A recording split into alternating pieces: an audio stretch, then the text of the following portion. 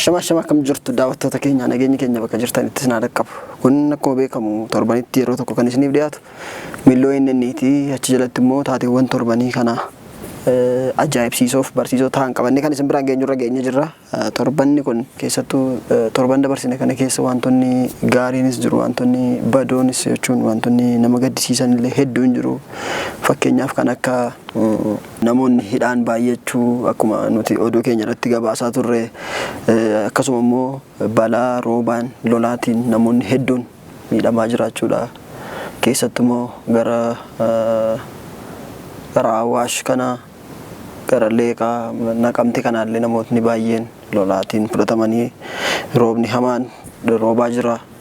Kanaan immoo namoota sana gargaaruuf illee miidiyaalee adda addaarraa keessumaa miidiyaalee hawaasaa irratti deemaa jira. Namoonni akka gargaaramanii fi bira dhaabbatan waan uffatamu waan qorraa isaan barbaachisa jedhamee namoota tokkootiin gaafatamaa jira akka gargaaramuuf jechuudha. Kanaaf namoonni dandeessan gargaaruu dandeessu. Namoota keenya qe'ee fi qabeenya isaanii irraa buqqa'aa jiranii balaa dabalataan nurratti ta'aa jira. Ammoo kan lolaa kan waraanaa qe'ee irraa buqqa'uu jiru, rooba kan uumamaatiin immoo miidhaan irra gahaa jira. Kanaaf walumaa gala sabni keenya balaa uumamaa fi balaa namtolcheetiin miidhamaa akka jirudha. Kana isinitti himuu barbaadu. Kanaaf wal bira dhaabbannu daawwattoota keenya.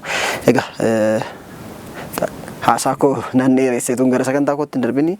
Dhumarratti haasa'uun koo wanta hin oolleefidha daawwattoota keenya hamma. Egaa ani Geetoo Alamaayyootii, ogeessi kaameraa koo Habtaama Barraatti. Haga xumuraatti nu waliin tura.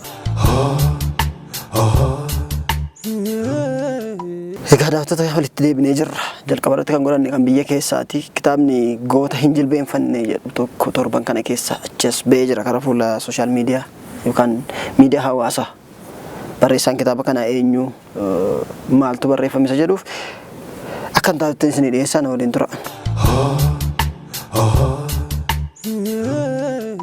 Barreessaa kitaaba Goota hin jilbeenfanne jedhu kan Akaakayyuu Abeebee Tufaatiin barreeffame. Torban dabarsine kana keessa dubbistootaaf ifa ta'eera yookaan dubbistoota bira ga'eera. Barreessaan kitaaba kanaa Zawudee Maammoo Abeebee jedhama.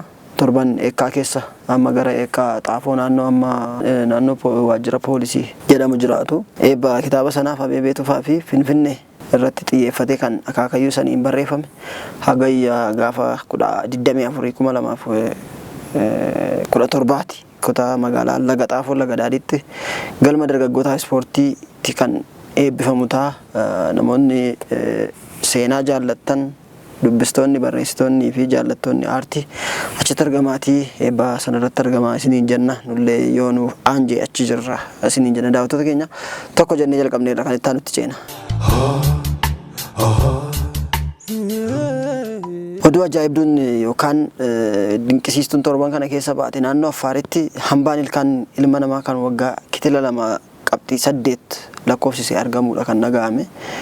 Naannoo Affaar bakka qorannoo arkeoloojii Leedii Garaaru jedhamutti hambaan ilkaanii sanyii ilma namaa Australopithecus jedhamu kan waggaa kitila 2.8 lakkoofsisee argamuudha. Torban kana keessa warri qoratan kan ifoomsanii. Tuutni qorattoota Yuunivarsiitii Bulchiinsa Arizoonaa hambaa ilkaanii 13 argachuu gabaafameera. Gareen sun waa'ee seenaa bara ilma namaa kutaan jijjiiramaa ture jedhamu kan yeroo dheeraa fudhachuun isaa gabaafame qorachuuf odeeffannoo walitti qabuus Reuters torban dabarsine kana keessa gabaasaa tureera. Hambaawwan ilkee namaa 13 kun kan argaman bakka kanaan dura hambaa lafee namaa itti argametti yoo ta'u, kana dura naannoo kanatti kan argaman hambaa lafee ilma namaa kan Australopithecus yookiin kan Homoo ta'uu adda waan hin baafneef maqaa akka hin argannes ibsamee jira. Miidiyaan Reuters gabaasee jira kana jedhee. Yuunivarsiitii Navaadaa Paaliyoo antiroopoolojistii akkasumas barruu Neechar irratti bu'aa qorannoo maxxanfame kana dursaan kan gaggeessan qorataan Biriyaan Viilmoor. Argannoon kun seenaa kutaa ilma namaa dhalootaa fi baroota keessa jijjiiramaa dhufe ta'ee garuu kan nama tokko qofa akka hin taane agarsiistuu guddaadha jechuudha. Kana jechuun ilkaan argame kun 13 ta'uu malee kan namoota adda addaa ta'uu mala. Amallee qorannoon hin barbaachisaa yookaan immoo ilkaanonni fudhataman sun bakka tokkotti harca'anii argaman immoo akkamitti jiru irratti qorannoo gaggeessuuf deemaa jiru. Wilmoor dabaluun seenaan jijjiirama suuta ilma namaa keessa darbee kun akkuma lubbuu qabeeyyii kan ta'e yeroo garaa garaatti seenaa sanyiiwwan adda addaa kan hammatuu fi hedduun isaanii bara tokko jiraatanii kan darbanidha jechuun dubbatanii jiru daawwattoota keenya. Kanaaf kana dura kotteen argamee wanti hundumtuu argamee akka ture beekamaadha. Amma immoo ilkaan 13 argamee jira. Sanaaf immoo ilkaanonni sun kan nama tokko qofa akka hin taane shakkiirra waan jiraniif qorannoon ammallee akka tuufetti jira isiniin jenna daawwattoota keenya. Kan itti aanutti ceenaan waliin tura. Keeniyaa keessatti gara Keeniyaatti dabarre jira daawwattoota keenya. Keeniyaa keessatti TikTokiin viidiyoo fi akkaawuntii hedduun haqamee jira. Maaliif haqame? Akka itti dhiyeessina. Miidiyaa hawaasaa viidiyoon irratti gadhiifamu kan ta'e keessaa kan baay'ee bal'ina qabu TikTokidha. Keeniyaatti viidiyoo 450 olii fi akkaawuntii 43 ta'an haquu ibsee jira. Tarkaanfiin kun kan fudhatame ji'oota jalqabaa bara 2025 yoo ta'u qabiyyeewwan hammaan seera hawaasa marsarichaa yookaan community guidelines fi waliigaltee tajaajila terms of service kan cabsan ta'uu mirkaneeffachuu isaatiin akka ta'e kubbaanichi ibsee jira. Kana kan cufee baay'inaan TikTok akkaawuntii warra kubbaanii akkaawuntiidha. Community guidelines kan jedhamu qabu, terms of service kan jedhamu qabu. Sanarratti wantoota dabaa yookaan wantoota ija namaaf hin malle yoo maxxansite yeroo sana akka si adabuudha kan inni agarsiisu jalqaba akeekkachiisa yookaan warning kan jedhamu sitti kenna. Sana booda ni haqama viidiyoon kee achirraa yookaan immoo TikTokiin sun ni cufamaa jechuudha.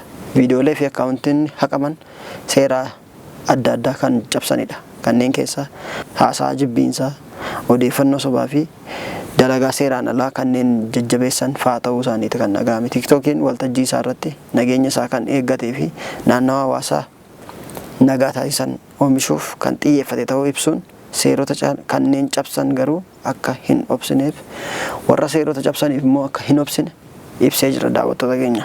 Kun itu gara biyya keenyaatti dhufe illee baay'ee gaariidha. Maaliif amma namoonni hedduun waan kana akkuma qoosaatti itti fayyadamu. TikTokiin baay'ee biyya kana keessatti badii gurguddaa ittiin hojjechaa jiru. Wantoonni gaggaarii ittiin hojjetamaa jiranii. Kanaaf gara keenya illee kottu jenna. Waan kun biyya kana keessatti illee jajjabaatee gaariidha. Maaliif barumsa akka namaa ta'uufidhaan Keeniyaan kun garri caalu. Isiniin jenna daawwattoota keenya ammallee nu waliin tura. Roobootiiwwan Chaayinaa loltummaa eegaluu isaanii torban kana keessa dhaga'amee jira. Chaayinaan roobootiiwwan lola maqaa yeeyyiiwwan jedhamu moggaasteen loltoota ishee waliin leenjii loltummaa eegalchiisteetti. Roobootiiwwan miila 4 qaban sun meeshaa hidhatanii bakka diinotni jiran lo'anii seenuun akka lola geggeessan Global Timesitu gabaasee torban dabarsine kana keessa.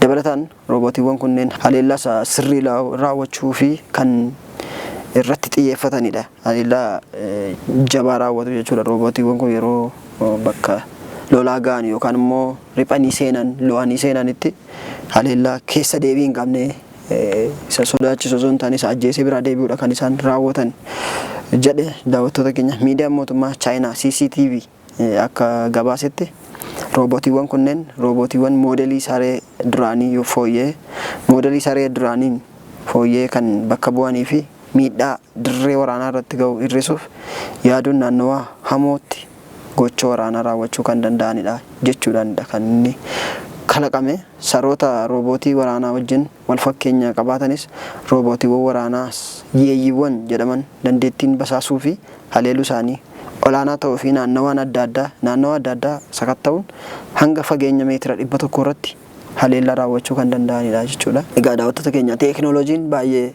fagaachaa jira. Kan dura roobootiiwwan nyaata qopheessuu hoteela keessatti illee nama keessummeessuu wantoota adda addaadha kan isaan raawwataa jiran. Amma immoo gara loltummaatti seenanii jiru. Kun egaa teekinooloojiin baay'ee fagaachuu isaati kan agarsiisu. Akkuma kana immoo miidhaas fiduu danda'u eeggannoo isaan barbaachisa jechuudha daawwattoota keenya.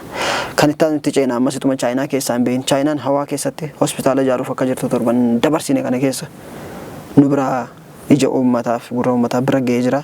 Yuunivarsiitiin teekinooloojii Shenzhen fi giddugalli maayikiroo saatalaayitii injiinaringii Shaangaay Chaayinaa waliigaltee tumsaa waliin ta'uun hawaa keessatti hospitaala ijaaruuf walii mallatteessanii jiru. Piroojeektichi fayyaa astiroonomotaa fooyyessuu fi orbiitii keessatti kunuunsa fayyaa kennuuf akka ta'etu himame.